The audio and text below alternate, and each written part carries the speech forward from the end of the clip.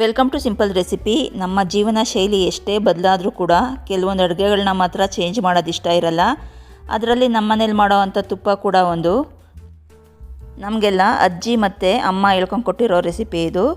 ನಮ್ಮ ಮನೇಲಿ ಹಸು ಇರೋದ್ರಿಂದ ಡೈಲಿ ಮಜ್ಜಿಗೆ ಕಡಿತೀವಿ. ಅದರಿಂದ ಬಂದಿರೋವಂಥ ಬೆಣ್ಣೆ ಕೆನೆನ ಕೂಡಿಟ್ಕೊಂಡು ಅದರಿಂದ ಕೂಡ ಬೆಣ್ಣೆ ತಗೊಬೋದು.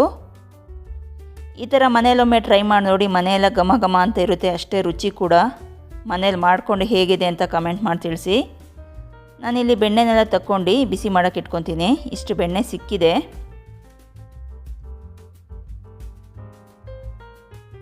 ಇದಕ್ಕೆ ನಾನು ಒಂದು ಚಿಟಕಿ ಉಪ್ಪು ಹಾಕ್ಕೊತಾ ಇದ್ದೀನಿ. ಸ್ವಲ್ಪ ಅರಿಶಿನ ಹಾಕ್ಕೊತಾ ಇದ್ದೀನಿ. ಉಪ್ಪು ಸ್ವಲ್ಪನೇ ಹಾಕ್ಕೊಬೇಕು, ರುಚಿಗೆ ತಕ್ಕಷ್ಟು ಅಲ್ಲ. ಒಂದು ಚಿಟಕಿ ಹಾಕ್ಕೊಂಡ್ರೆ ಸಾಕು.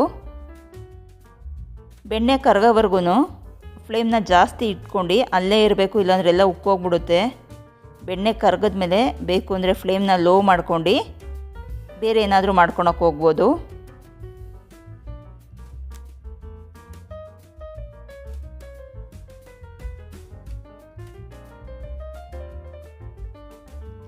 ಬೆಣ್ಣೆ ಎಲ್ಲ ಕರಗಿದೆ. ಇವಾಗ ನಾನು ಫ್ಲೇಮ್ನ ಲೋ ಮಾಡಿ ಇಟ್ಕೊತೀನಿ, ಇಲ್ಲಾಂದರೆ ಎಲ್ಲ ಉಕ್ಕೋಗ್ಬಿಡುತ್ತೆ.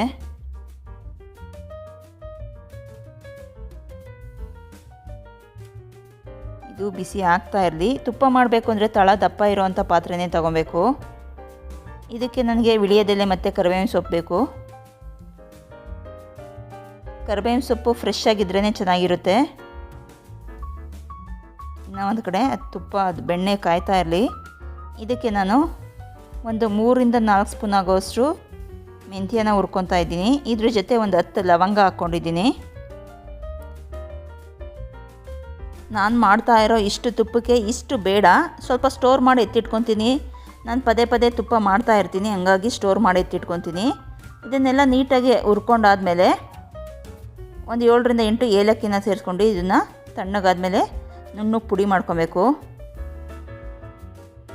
ಇದರಲ್ಲಿ 1 ಸ್ಪೂನ್ ಹಾಕ್ಕೊಂಡ್ರೆ ಸಾಕಾಗುತ್ತೆ. ಮಿಕ್ಕಿದನ್ನೆಲ್ಲ ಎತ್ತಿಟ್ಕೊತೀನಿ. ಆಲ್ಮೋಸ್ಟ್ ತುಪ್ಪ ಇವಾಗ ರೆಡಿ ಆಗ್ತಾ ಇದೆ. ಇದಕ್ಕೆ ನಾನು 4 ರಿಂದ 5 ದಪ್ಪ ದಪ್ಪ ಚಚ್ಚಿರೋ ಅಂಥ ಬೆಳ್ಳುಳ್ಳಿನ ಹಾಕ್ಕೊತಾ ಇದ್ದೀನಿ. ತುಪ್ಪ ರೆಡಿ ಆಗ್ತಾ ಇದೆ ಅಂತ ಹೆಂಗೆ ಗೊತ್ತಾಗುತ್ತೆ ಅಂದರೆ ಈ ಥರ ಸಣ್ಣ ಸಣ್ಣ ನೊರೆಗಳೆಲ್ಲ ಬರುತ್ತೆ, ಅವಾಗ ಆಲ್ಮೋಸ್ಟ್ ರೆಡಿ ಆಗ್ತಾ ಇದೆ ಅಂತ. ಈ ಥರ ಆಗಿದೆ. ಇನ್ನೂ ಒಂದು ರೀತಿ ತುಪ್ಪ ಆಗಿದೆ ಅಂತ ಗೊತ್ತಾಗೋದು ಈ ಹಸಿದೇನಾದರೂ ಹಾಕಿದ್ರೆ ಈ ಥರ ಸೌಂಡ್ ಬರಬೇಕು, ಆವಾಗ ತುಪ್ಪ ರೆಡಿಯಾಗಿದೆ ಅಂತ. ನಾನು ಇಲ್ಲಿ ಕರಿಬೇವಿನ ಸೊಪ್ಪು ಮತ್ತು ವಿಳ್ಯದೆಲೆನ ಸೇರಿಸ್ಕೊತಾ ಇದ್ದೀನಿ. ಈ ಸೌಂಡ್ ಬರ್ತಾ ಇದೆ ನೋಡಿ, ಇವಾಗ ತುಪ್ಪ ರೆಡಿಯಾಗಿದೆ. ಇಷ್ಟಾದರೆ ಸಾಕು. ಫ್ಲೇಮ್ನ ಇವಾಗ ಆಫ್ ಮಾಡ್ಕೊಂಡು ನಾನು ಮಾಡಿಟ್ಕೊಂಡಿರೋವಂಥ ಪುಡಿಯಲ್ಲಿ 1 ಸ್ಪೂನ್ ಮಾತ್ರ ಸೇರಿಸ್ಕೊತೀನಿ. ಫ್ಲೇಮ್ನ ಆಫ್ ಮಾಡಿಕೊಂಡೇ ಸೇರಿಸ್ಕೊಬೇಕು.